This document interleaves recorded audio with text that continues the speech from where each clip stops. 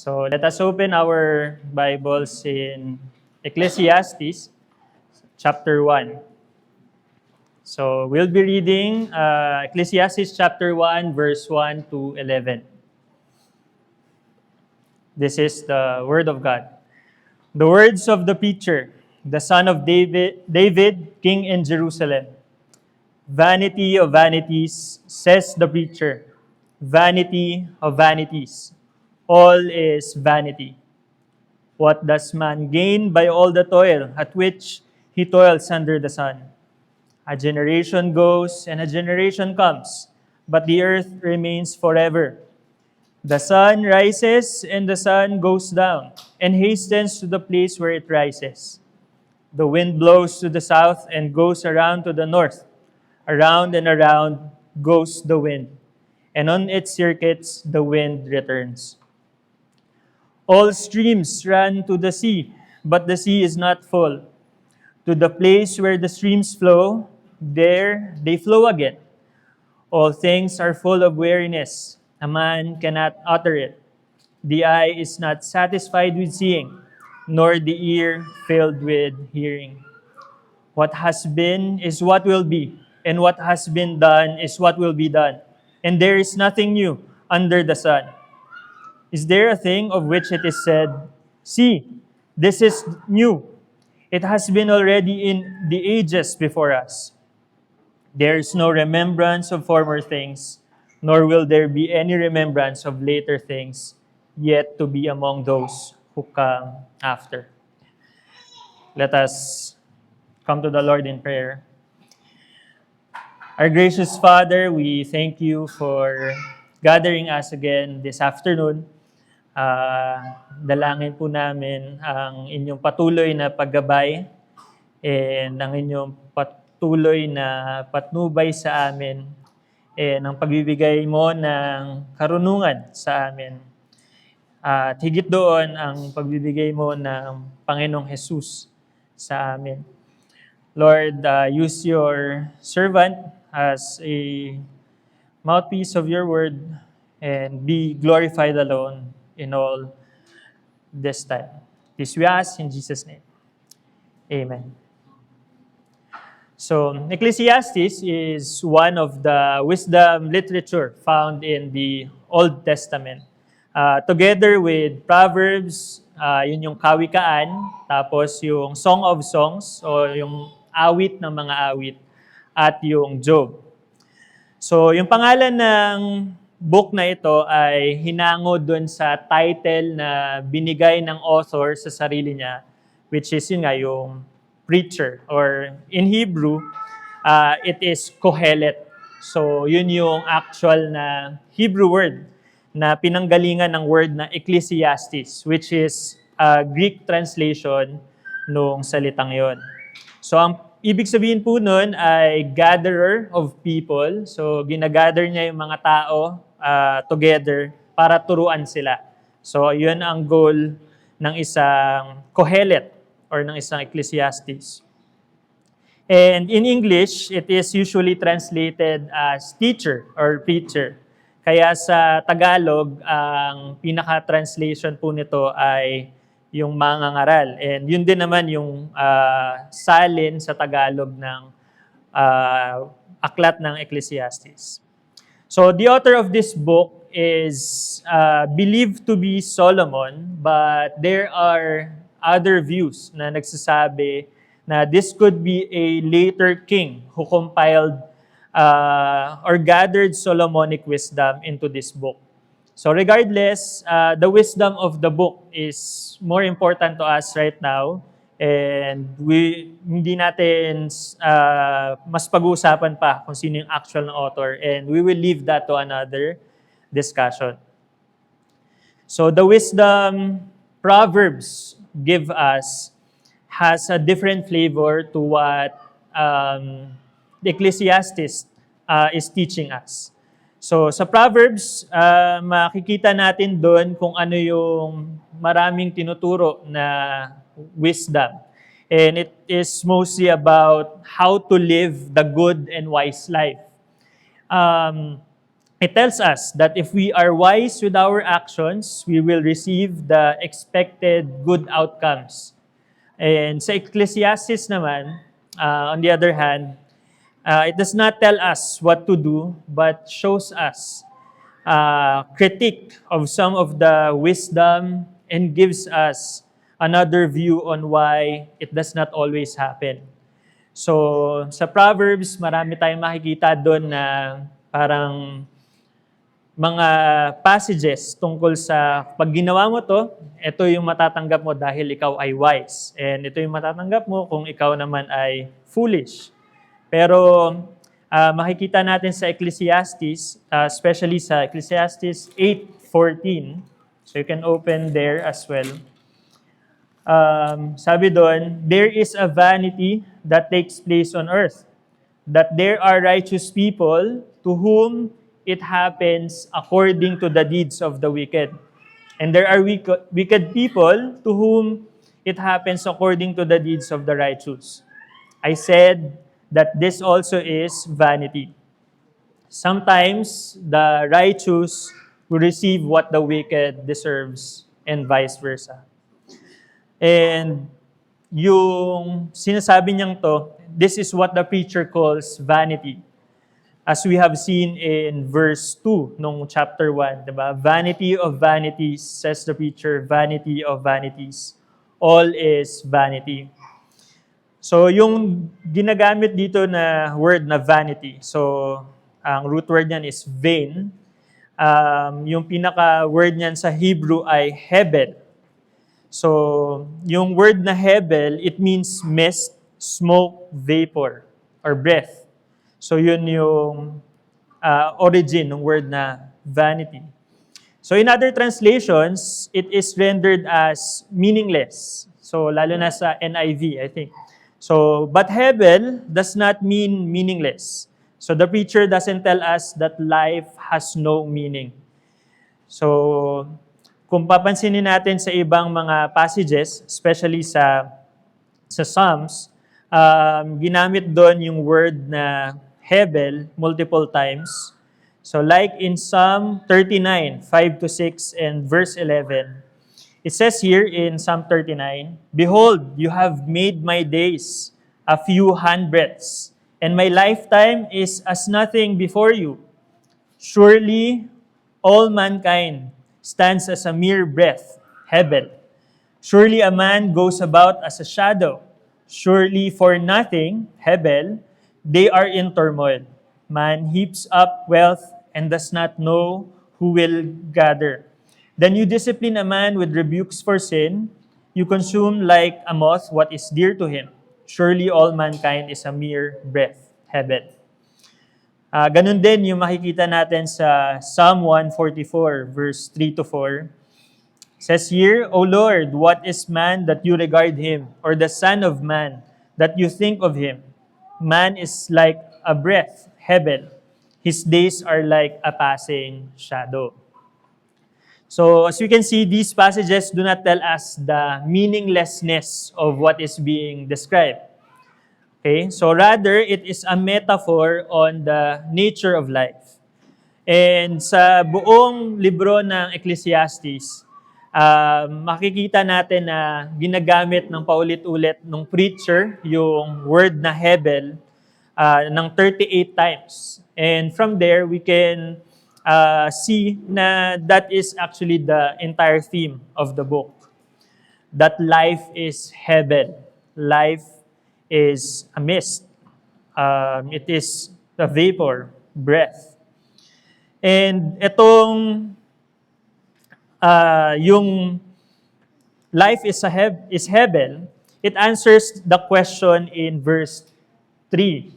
Sabi doon, "What does man gain by all the toil at which he toils under the sun?" And the answer is in verse 2 actually, no, na everything is vanity. Everything is hebel. So the merest of breaths, everything is a breath. So the preacher will show us sa buong libro what he meant by this all throughout his book. But in this introductory poem, dun sa verse 1-11, we can already see what the preacher means by life is vanity. And he meant it by showing us that life is elusive. Life is brief. It is an enigma, meaning it is puzzling, mahirap siyang maunawaan, hindi siya madaling maarok.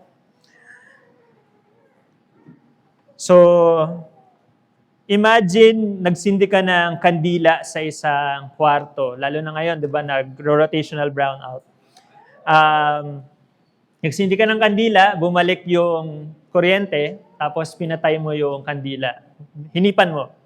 So, pag trinay mong i-grab yung usok, hindi mo siya mahahawakan. Mararamdaman mo or ma-feel mo na nandun yung kandila by means of sa smell, pero pag trinay mong hawakan yung usok na yun, by the time na nag-close yung fist mo, wala na yung usok.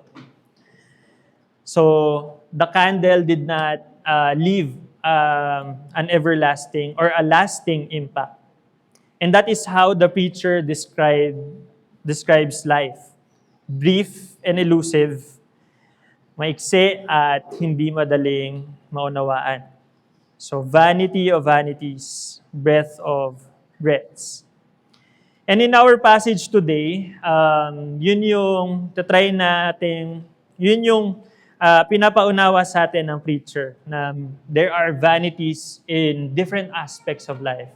And at this point of the book, we'll be looking at Hebel or vanity in relation to time.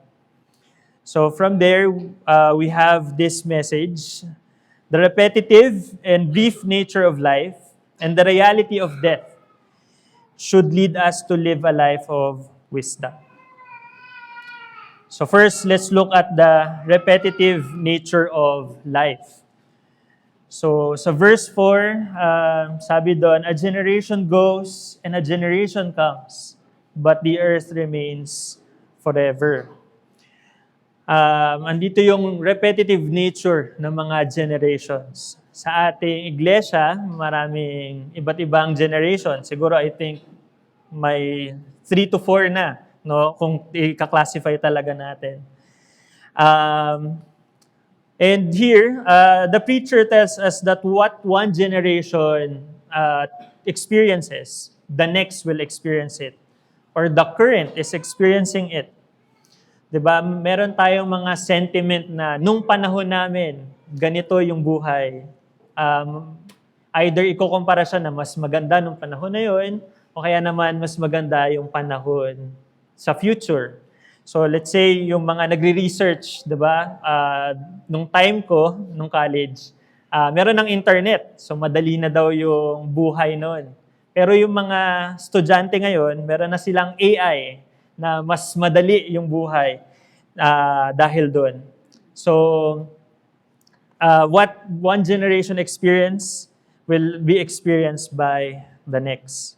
And it is going to be a repetitive nature.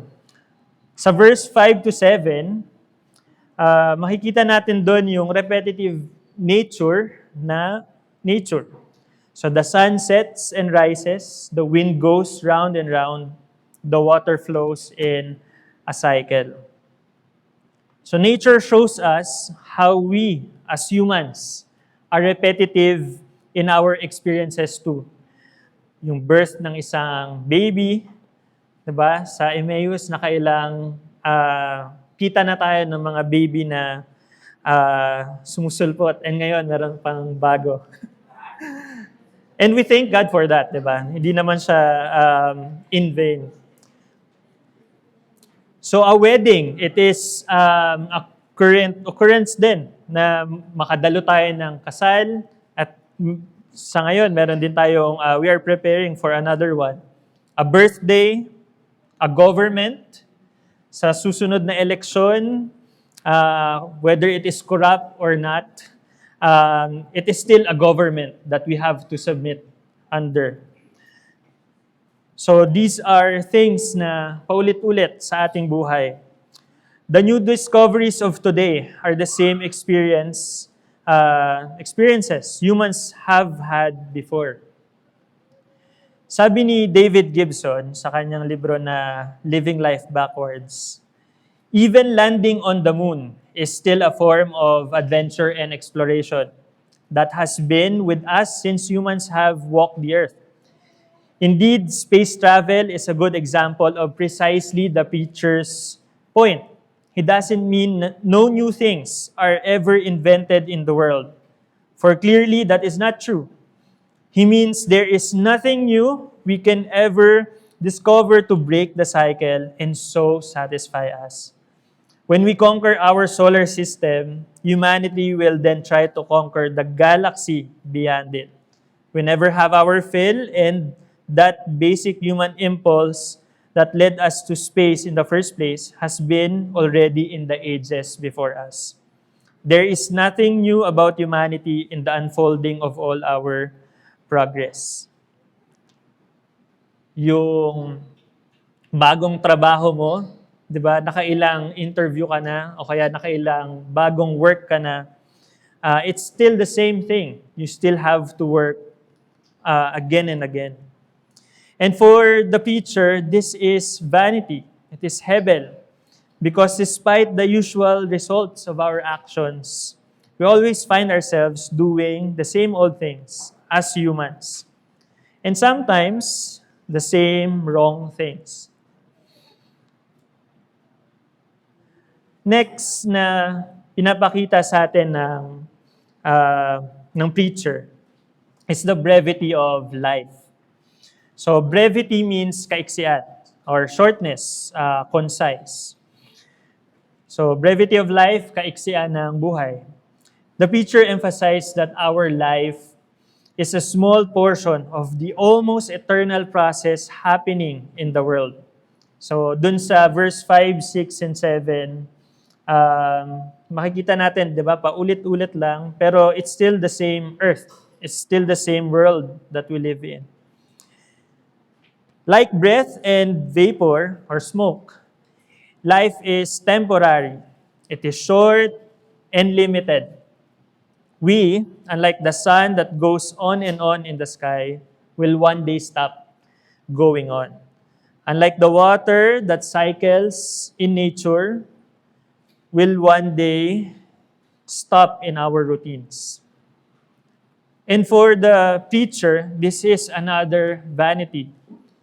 So we live our lives striving for something great to be done, and yet in the end of the day, at the end of our life, we will lose all these and we will be replaced.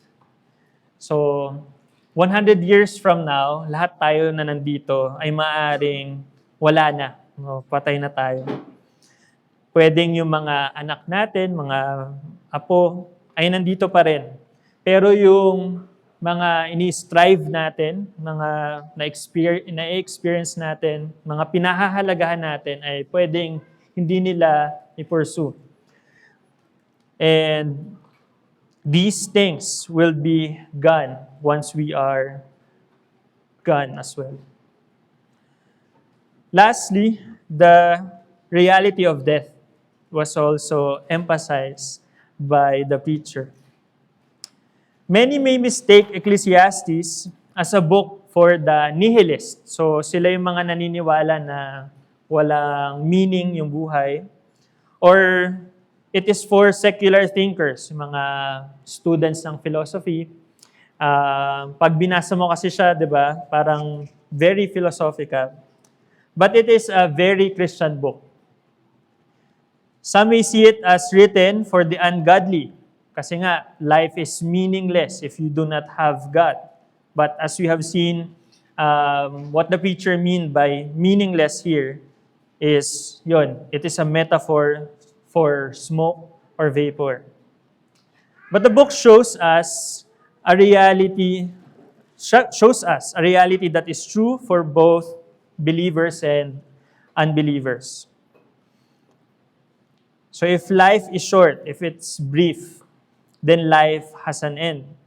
And true to this, sabi ng Hebrews 9, that it is appointed for man to die. So verse 11, we see here, sabi doon, there is no remembrance of former things, nor will there be any remembrance of later things, yet to be among those who come after. So there is no remembrance of former things, which includes us. We live in a world where one day we will be forgotten. So yung mga issues na kinakaharap natin, maaaring wala na yan in the future. Maaaring sa mga susunod na generation ng Emmaus, iba na yung kanilang dinidil. All the things we have worked for will one day may turn to nothing, both achievements and failures. So the question now is, how then should we live? The preacher will take the entire book to explain how then should we live. For us to properly understand and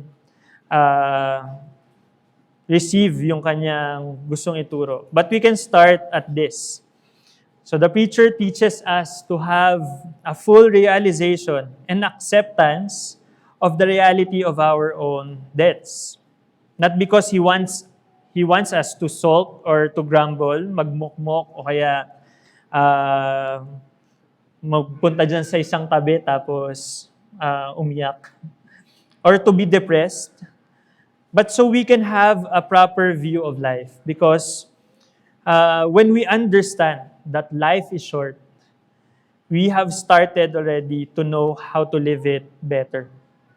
Sabi nga ni Doug Wilson, a wise believer is a man who knows the length of his tether.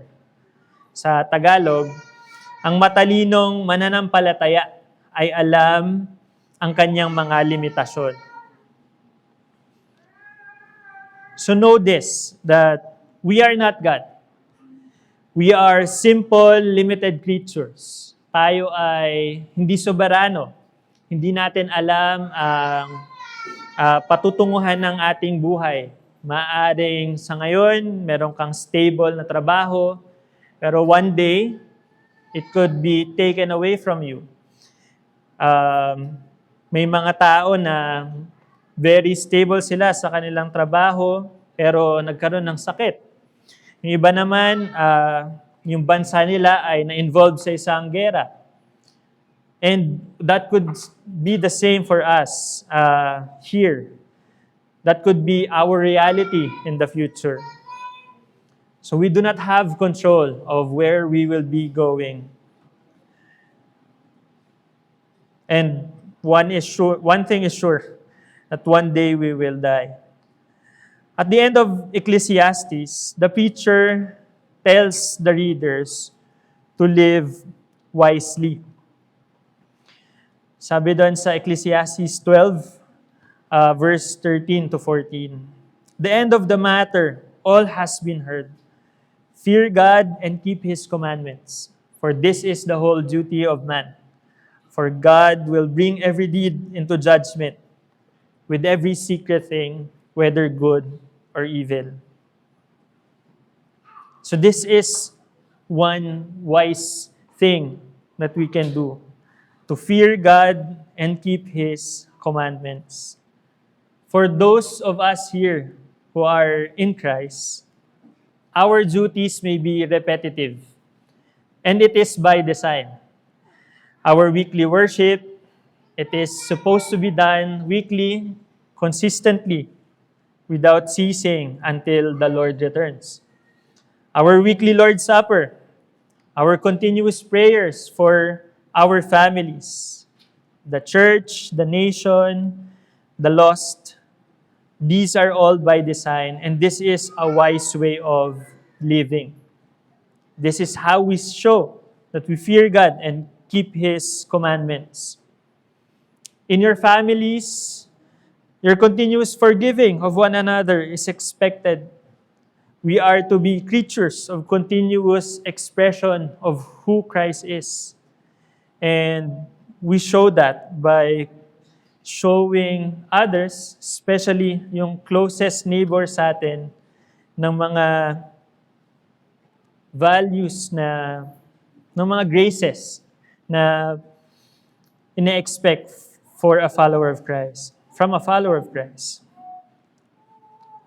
In these endeavors, we will fail sometimes, but Christ's finished work is so sure to cover for our shortcomings, for our sins. Even though our lives are like smoke that is quick to disappear, the security of those who are in Christ is everlasting.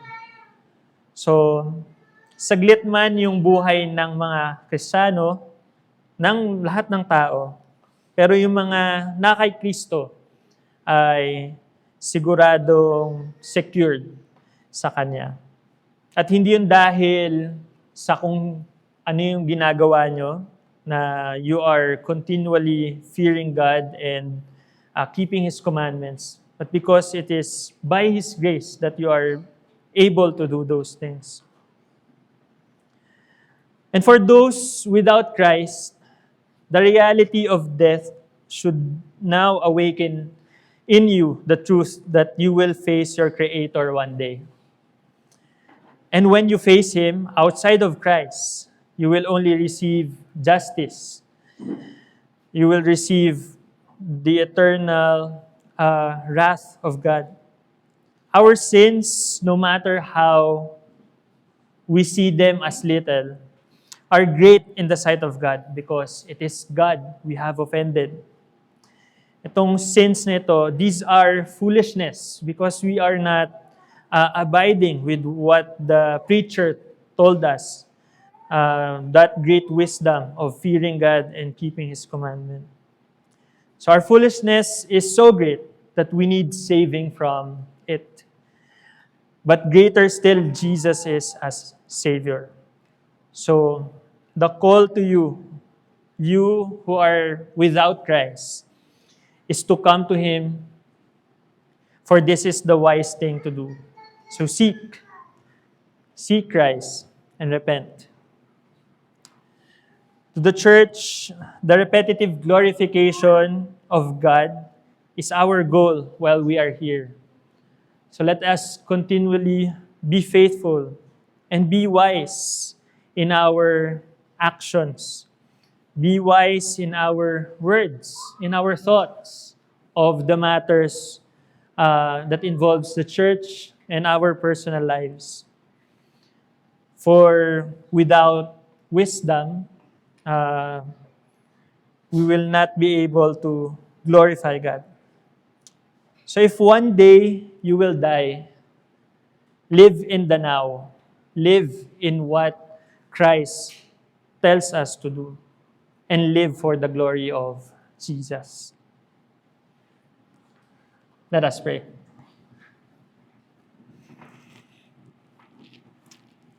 Our Father in heaven, we thank you for showing us these realities of the brevity of life and the reality of death. That in these truths, O Lord, we still have peace in the finished work of Christ. Panginoon, dalangin ko po ang inyong patuloy na pagpaunawa sa amin ng inyong mga mayayamang karunungan. At una rito ay ang reality na kami ay mga makasalanan na kailangan ng tagapagligtas. And I pray, Lord, that you grant those who are outside of your grace wisdom, that they will come to you and they will seek you and they will realize that they are in need of a Savior. And for those who are in Christ, Lord, grant us wisdom so we will be able to live our lives glorifying Jesus and being salt and light in this world, being a good neighbor to our brethren, and even to those who are unbelieving around us. We ask all these in Jesus' name. Amen.